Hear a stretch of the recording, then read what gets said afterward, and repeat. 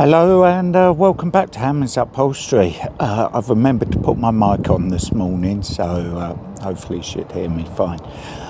Let's take a walk through the workshop and see what we've got going on currently.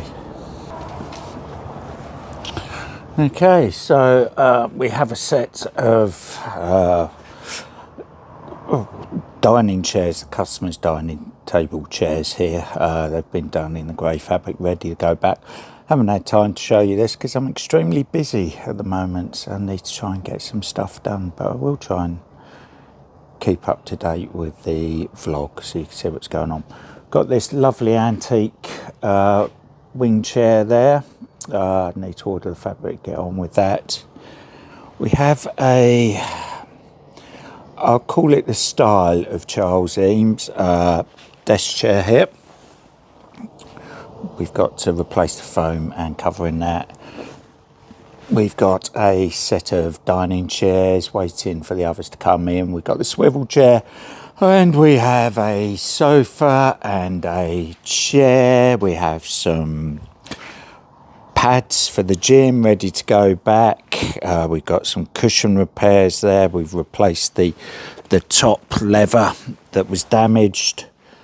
And then we have what you're going to be joining me with next is these pair of wing chairs, leather wing chairs currently, two of them. Nice wing chairs. I would estimate they're late 80s, early 90s, looking at them, maybe a bit newer and they've had a hard life. But anyway, we're redoing them in fabric for the customer, two fabrics, a very ornate fabric from Art of the Loom, which you've seen me use before on other items, which is going to be on the inside back and the seat. So the inside back is not going to be buttoned as it is here, otherwise you won't see the design of the fabric, so that's going to be changed to plain, but nevertheless. So first off, I need to get these ripped up, so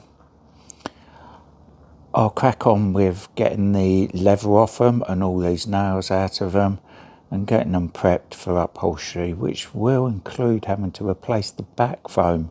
So, and there may be a break between this video and the next one when you see them, because I'm going to need to order the back foam and I'm not sure when that's going to be coming in, but we will certainly post it and you can join me with some going ons here in the workshop today. The weather's getting better, it's a bit milder today, but I've had a haircut, so the woolly hat's on.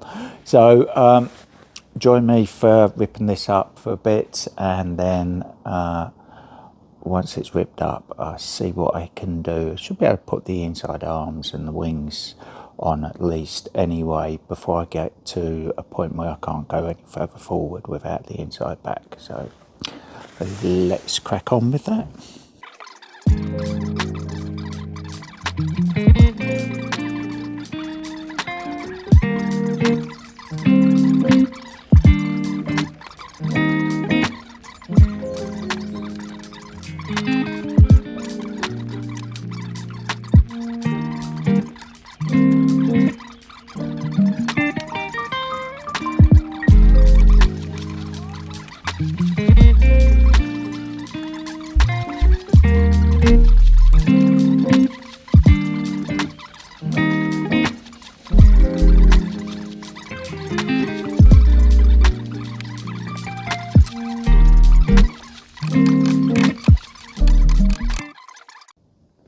Okay, so that's the first of these two chairs ripped up.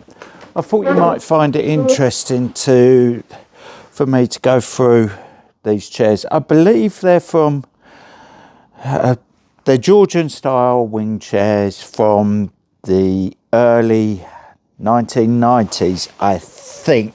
I can't find any dated fire labels in them, but this does have a fire label on the seat here, and much before the 1990s the fire regulations didn't really exist. So this, with the fire label on it, suggests that it has the foam and fillings that all meet fire regulations. So, couple of pointers. This was a nice chair to rip up, really, because of the staples that we used. It would appear back then we were using a lot better quality wire staples, and therefore it made it easier for ripping these up. And the person that upholstered it didn't armour plate it, they didn't go mad with the staples. One disappointment I found with it is that the seat had webbing in it, which was disappointing for this frame, this chair.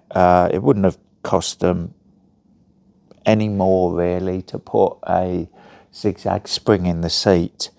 So that's what I'm going to do when I reupholster it. I'm going to put a zigzag spring in it. So other than that, it's going to stay the same as this, except for this is buttoned, the back.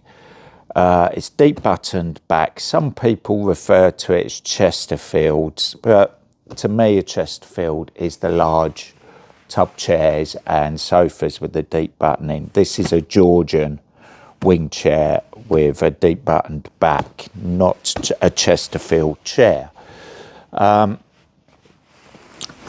I've got the back out. Now, I can't reuse this foam for the back because it's got lots of holes in it for the buttoning. You can see that there. So we're going to have to replace this foam. It's quite thick. It's at least 3 inches thick. So we're going to replace the foam in this.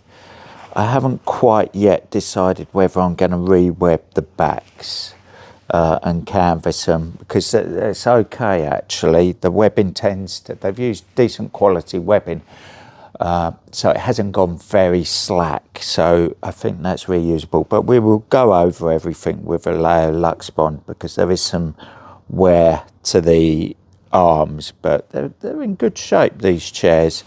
These buttons, the method this company's used for the buttoning is prong buttons. You can see the prongs gone through the back there. Okay, let's get one out, show you. These are prong buttons. There you go, that's a prong button. So they've used prong buttons to do this. Nothing wrong with that. Gives you a standardized depth and so on. So there you go, that's what that company's used. And it's on a rub-off hide. So the hide starts off darker than this, and then it's finished by using a rub-off fluid to give you the lighter, worn areas on the hide. So they're nice enough chairs. So I just thought you'd be interested to see this, the one ripped up and the one not ripped up. So this is where I need to take this back to be able to start again. We don't go over the top of it. There's a lot of work involved in this. So when you get a quote from somebody that's doing the job properly, you get a new chair back, basically. The seat foam that was in this, you can see the webbing marks on it. It had very minimal webs on it. 1, 2, 3, 4, 5 webs across side to side, and just 2 webs from left to right. Sorry, 5 webs front to back and 2 webs left to right on that. Very minimal. So I think I'm going to put zigzag springs in it to give a better seat. So that's the first one ripped up. I hope to have this one ripped up. It's taken me, what, 1, 2, 3, possibly 5 hours to get this chair to this stage. 4 to 5 hours to rip it up to this stage. So half a day. So I'm hoping to have this one done by lunchtime today, and then I can look at re-upholstering them. I've got the replacement back foam and the replacement cushions on order. So hopefully they'll be here relatively soon. So there we go, it must crack on. As you can see around here, we've got all the nails to put back in as well. All those nails have got to come out as well. So it's busy. An interesting pair of wing chairs. They're going to be in a fantastic fabric combination. So even if I don't get to put it in this episode, come back and have a look at the chairs when they go back together, because like I say, it's a cracking fabric combination this customer's picked. Right, so here we have it, well on the way. So I thought I'd show you this rather than going straight in. We'll show you a comparison. This is where I'm up to with one of the two chairs. So this is about as far as I can get with these currently, because I'm waiting for the foam for the inside backs and the seat cushions. So I'll do as much as I can on them, which is basically up to this point. I could put the seat in, but I don't want to put the seat in at this point, because again, with the fabric that's going on the inside back and the seat, I want to centralize the pattern. So I don't really want to do that until I've got the back in. I've got the outside wings on this because they're no way interfering with the rest of the upholstery. But that's about as far as I can get with them. And I've got the facings on the wings that are nailed now. The arms are going to be the same when I get to them. So I've done a bit of a modification on the arms where the foam has collapsed. So I need to do that, and we'll get the other chair there that's in front of me to this position before we have to stop and find something else to do. Well, say fine, there's plenty of other things to be getting on with whilst I wait for the foam to come in. So it looks like these are going to be spread across 2 videos, unfortunately, but there you go, it is what it is. But they're going to look a lovely pair of wing chairs when they're done. So I'll get this one out of the way. I'll get the other chair up onto my trestles, and you can join me when I upholster that, because I've got all the fabric cut for it other than the inside back and the seat fabric and the cushions. You'll see that fabric later. It's a lovely fabric, I've used it before. So let's get on with that. Okay, so on with the arms. Like I said, I've got one arm on. You don't need to see me doing both arms. I've tried to adjust my trestle so you can see a bit better. You can watch me do this arm here. So they're Lux bonded up. I've re-webbed the arms because there was no webbing in them. So I put some webbing in them and put the foam back on and Lux bonded over the top to get it to this position here. We've got a nice shape in the top of the arms where it had been flattened off over the years now. And we've got one arm on. So let's get on with the other arm. Right, quick spray with some silicone just to help the fabric glide over the leg. We'll start with the fabric. My apologies if my back's to you, which it is. I'm not entirely sure how to position this any better, but there you go. So, placing the fabric on, I need enough fabric to go underneath through the seat here.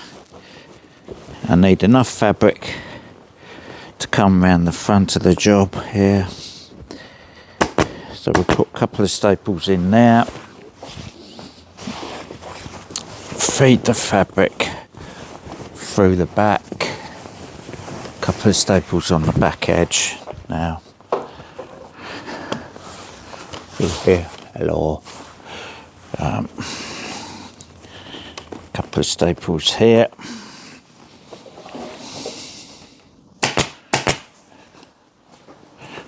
So we should have enough fabric now to go underneath the arm and over the top of the arm. We'll start with the bottom of the arm, making a cut to go around the back of the seat rail. So we'll do this in real time so you get an idea.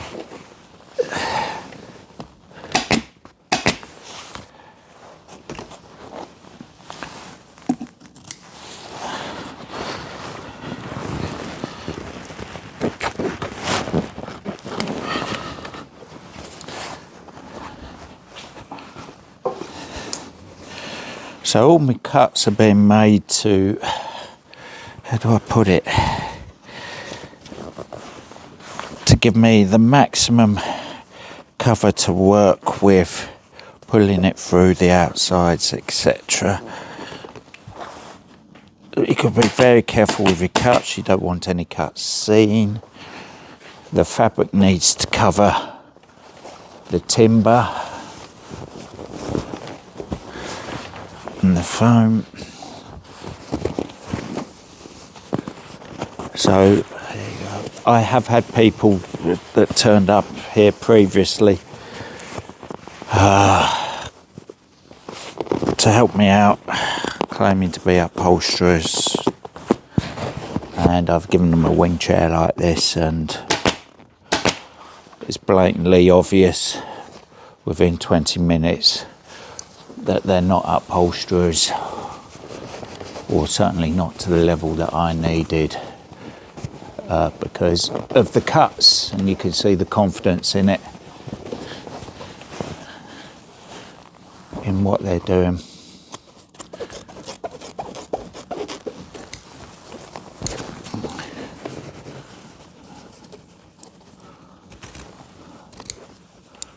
I could use some help at times. Certainly now my colleague has gone off on his European tour. But yes, I could use some help at times, but I also need the help from somebody that I can give them a roll of fabric and a wing chair and say, upholster that for me.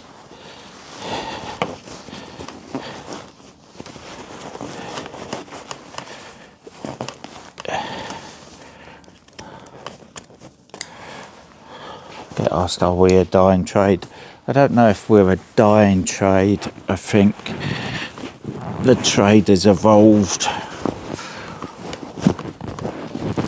to more a production line.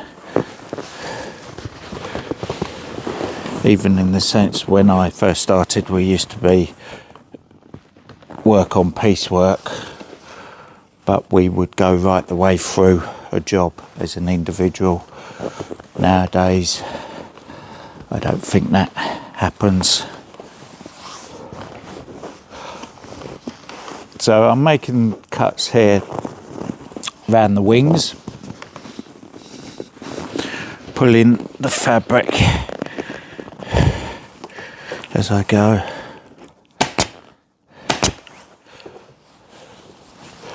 To get the tension in it. These are very important cuts here around this wing, because they can easily be visible if you don't get the cuts right. And it's where I see so many attempts go wrong.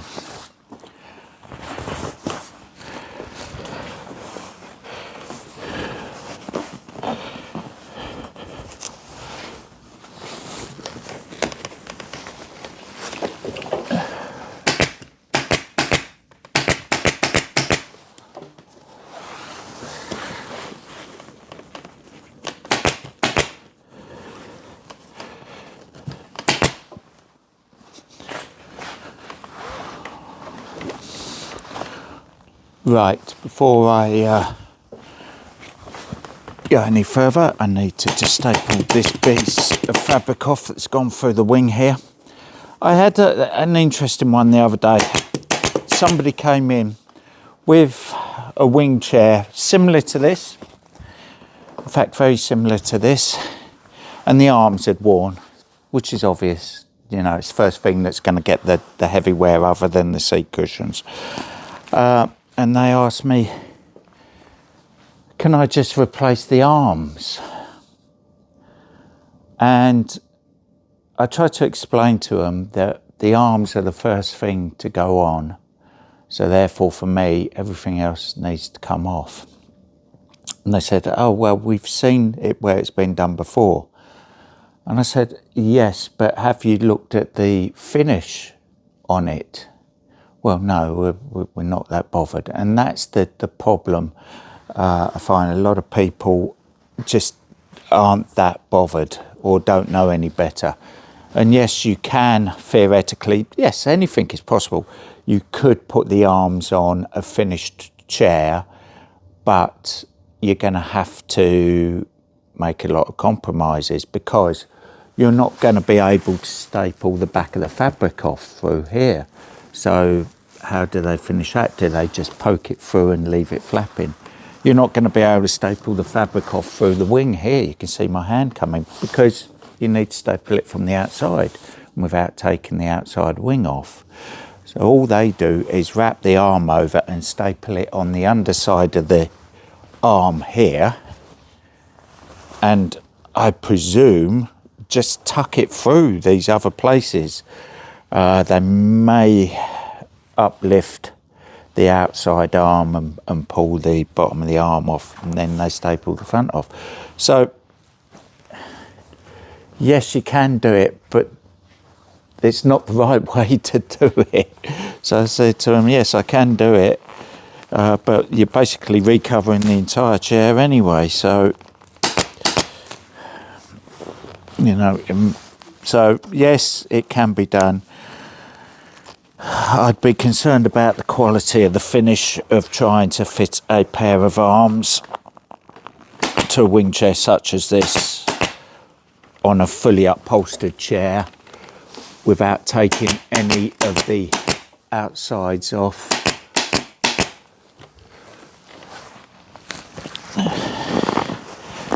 I just think personally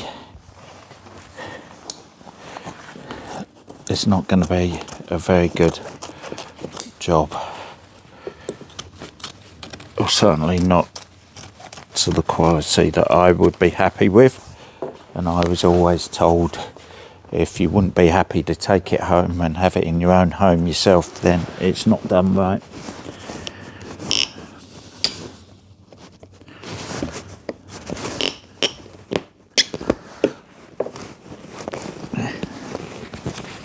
So beware if you see leather chairs with fabric arms on them.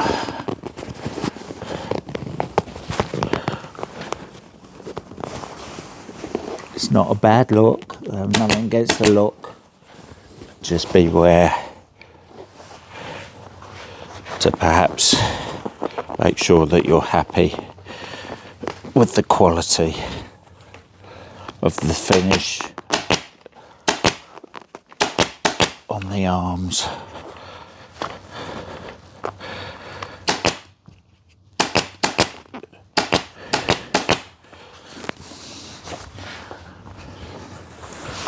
It's really difficult to get rid of this ruching here. Hopefully you can see that on the camera. Certainly with this fabric has got little, if any, stretch. So it's difficult to get it out clean without having the experience to know how to make your cuts and where to pull. The fabric, there you go. That's as clean as you're going to get that, and I'm happy with that myself, so that's okay. I hear that little voice in my head saying, oh, I'm not happy with that, that's not right, it's time to reassess what I'm doing.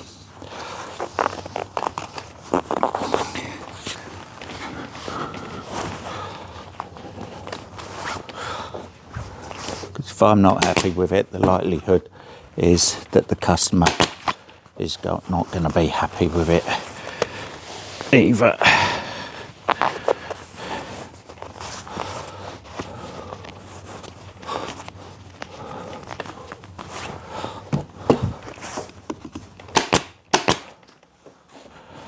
So I trim the fabric off as I go round the facings, because I don't want it to get too bulky here.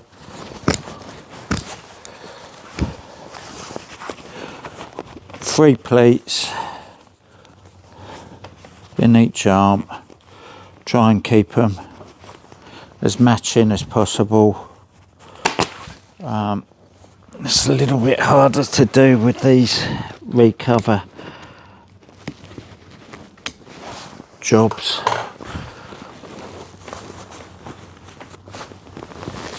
But at least get the same number of pleats in each arm, even if they're not the same length. That is down to the wear on the foam.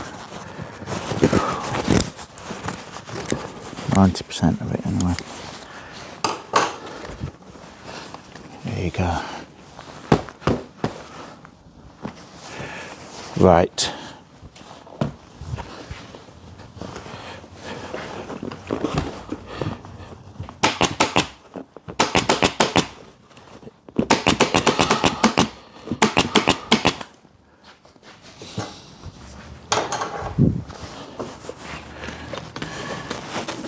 So